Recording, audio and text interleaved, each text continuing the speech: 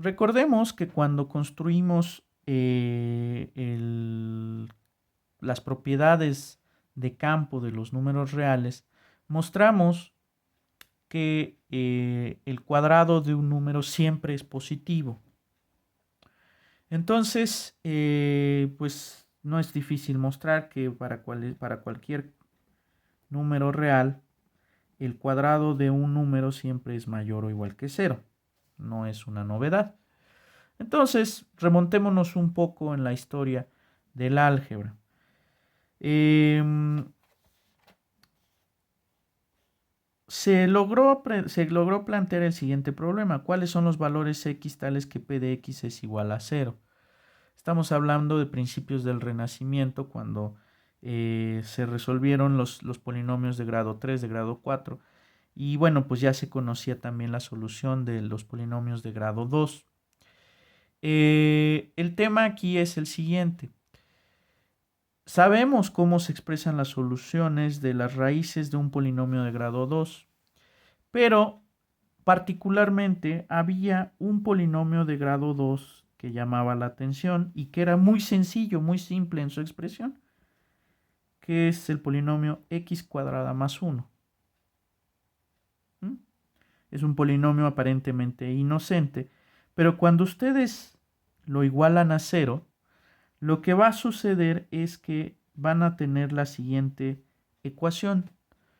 Van a tratar de, si pensamos en el problema de cuáles son los valores tales que p de x es igual a cero, si trataran de encontrar los valores x tales que x cuadrada más 1 sea igual a cero, van a llegar a la siguiente expresión, x cuadrada igual a menos 1.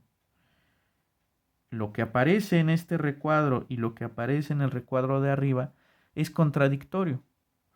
¿En qué sentido? No existe un valor x en los reales tal que al elevarlo al cuadrado te dé un número negativo. Entonces esto era un problema porque había, al parecer, una cantidad muy grande de expresiones algebraicas que no tenían solución. Simplemente puedo plantear x cuadrada más k igual a 0 con k en los enteros positivos, y ahí está la respuesta a lo que decía de una cantidad muy grande. A saber, tenemos que hay tantas expresiones algebraicas que no tendrían solución bajo este modelo, como, al menos como tantos números enteros positivos tenga. Entonces, pues esto era un problema, ¿no? ¿Y de dónde proviene este problema? Justamente, si analizamos la expresión de la fórmula general, vamos a darnos cuenta que tenemos la raíz de un número, donde ese número puede ser, por tricotomía, positivo, cero o negativo.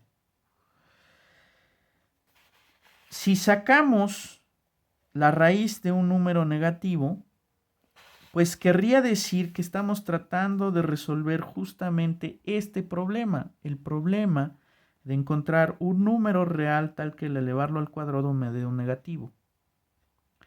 Esto obviamente dio origen al estudio de los números complejos y posteriormente de lo que se conoció como análisis complejo, que ahora también en los cursos de la facultad le llamamos variable compleja. Y obviamente da origen al estudio tanto del concepto de límite, como de continuidad, como de diferenciabilidad, como de integrabilidad, para funciones que están definidas en los complejos y que toman valores en los complejos. Evidentemente, ese tema no corresponde a este curso, que es un curso básico de cálculo real, pero se los dejo para que lo tengan en el imaginario. Entonces, este fue justamente el origen del estudio de los números complejos, este tipo de ecuaciones que parecen ser muy inocentes. Entonces, en cálculo real, por el momento, vamos a excluir del estudio a las raíces de números negativos. Entonces, quiere decir que hay polinomios que tienen raíces complejas, es decir, que tienen raíces que incluyen expresiones que involucran justamente raíces de números negativos.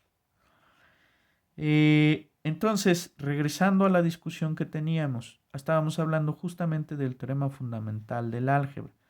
Cuando decimos que un polinomio de grado n tiene a lo más n raíces distintas, puede darse el caso que estemos hablando de un polinomio que tiene, vamos a decir, k raíces reales y n menos k raíces complejas. El estudio de los polinomios como tal, de las propiedades de los polinomios como tal, se estudia a profundidad en un curso de álgebra superior 2 y todavía con mayor profundidad en un curso de álgebra moderna 1 y de álgebra moderna 2. En el contexto del álgebra moderna 1, por ejemplo, se estudia la teoría de grupos, y en el contexto del álgebra moderna 2 se estudia la teoría de Galois. Se estudian obviamente las propiedades de los polinomios con mayor profundidad en estos cursos. Ahora, otra cuestión muy importante es justamente pues todas estas propiedades que nosotros estamos recordando de manera analítica, cómo se reflejan en términos gráficos. Cuando nosotros estamos hablando de una relación funcional, podemos construir un conjunto que le voy a llamar la gráfica de f. Estoy pensando obviamente en una función definida en un subconjunto no propio de los reales que toma valores en los reales. Entonces puedo construir el conjunto gráfica de f. El conjunto gráfica de f va a ser un subconjunto del plano en este caso, de tal manera que y se va a corresponder con la imagen del valor x bajo f. Obviamente aquí estoy pidiendo que x pertenezca al conjunto A para que esto tenga sentido. Entonces, la gráfica de una función es el conjunto de puntos en el plano que surge de aplicar la función a los elementos del dominio. Recordemos que la geometría analítica se basa justamente en la idea de hacer el producto cartesiano de dos rectas reales, a saber, R2, recuerden que es el producto cartesiano de R cruz R. Y para recordar que es un producto cartesiano, pues el producto cartesiano es el conjunto de parejas ordenadas, tales que A y B, bueno, en este caso van a pertenecer ambas al conjunto de los números reales. Recuerden que se puede hacer el producto cartesiano entre cualesquiera dos conjuntos distintos del vacío y siempre van a ser el conjunto de parejas ordenadas. Bien, entonces, en el contexto de R2 se pueden hacer gráficos. Se puede pensar que el producto cartesiano de dos rectas reales pues se puede denotar de esta manera, como dos rectas que se intersecan perpendicularmente en un punto, ¿no? Las funciones polinómicas pues van a tener su respectiva manifestación gráfica, al igual que cualquier relación funcional que tome valores en los reales. Habrá algunas funciones que tienen una manifestación gráfica más compleja que otra, pero bueno, estamos empezando con las funciones más simples, más sencillas que tenemos. Entonces pensemos, por ejemplo, en principio, en una función, vamos a ponerle p sub 0 de x que sea una constante. Si nos fijáramos en la gráfica de P0, pues esto querría decir que son todos los elementos de la forma x, y en R2, tal que y es igual a P0 de x. Ojo, aquí el dominio de mi función P0 pues es el conjunto de números reales, entonces sin ningún problema, ¿no? Puedo hablar acerca de la gráfica. Pero P0 de x, ¿quién es? Por definición es C. con C constante. Ojo, C constante, aquí estoy diciendo C constante. Entonces, son todos los puntos de la forma X, C en los reales, bueno, digo en el plano, tal que X pertenece a los reales. Todos los puntos de la forma X, C. Entonces, ¿qué quiere decir con esto? Que en el conjunto de las ordenadas, por cierto, recuerden que a las coordenadas que provienen de la recta horizontal las vamos a llamar abscisas, y a las coordenadas que provienen de la recta vertical las vamos a llamar ordenadas. Entonces, en la recta de las ordenadas vamos a fijar al valor C, vamos a pensar que C está por aquí. Digamos, este es C. Entonces, ubico al valor C sobre la recta de las ordenadas. Y luego lo que me dice es, todos los puntos que tengan la forma X, C son los que pertenecen a la gráfica P0. Entonces, quiere decir que tienes que fijar a C sobre la recta de las ordenadas y luego puedes tomar cualquier valor para la coordenada de las abscisas. Por lo tanto, la gráfica del polinomio constante P0 de x igual a C, pues es una recta horizontal paralela, obviamente, a la recta de las abscisas. De hecho, la recta de las abscisas representa a un polinomio. Si ustedes ponen P0 de x igual a 0, van a ser todos los puntos de la forma x, 0, es decir, no te vas a mover sobre la recta de las ordenadas. Entonces, digamos, en particular, la recta de las ordenadas representa al polinomio P0 de x igual a 0. Entonces, las rectas paralelas al eje de las abscisas representan justamente la gráfica de un polinomio constante. Vayamos ahora al análisis de los polinomios de grado 1. ¿Qué onda con los polinomios de grado 1?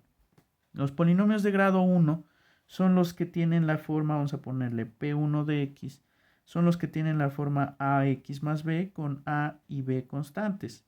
Ojo, a y b también los estoy pensando en los números reales.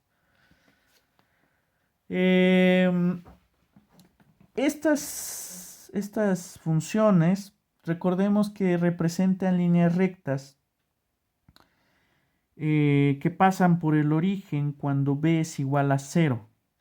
O sea, si b es igual a 0, pues simplemente van a tener la expresión P1 de x igual a ax. Entonces, esa recta es una recta que pasa por el origen.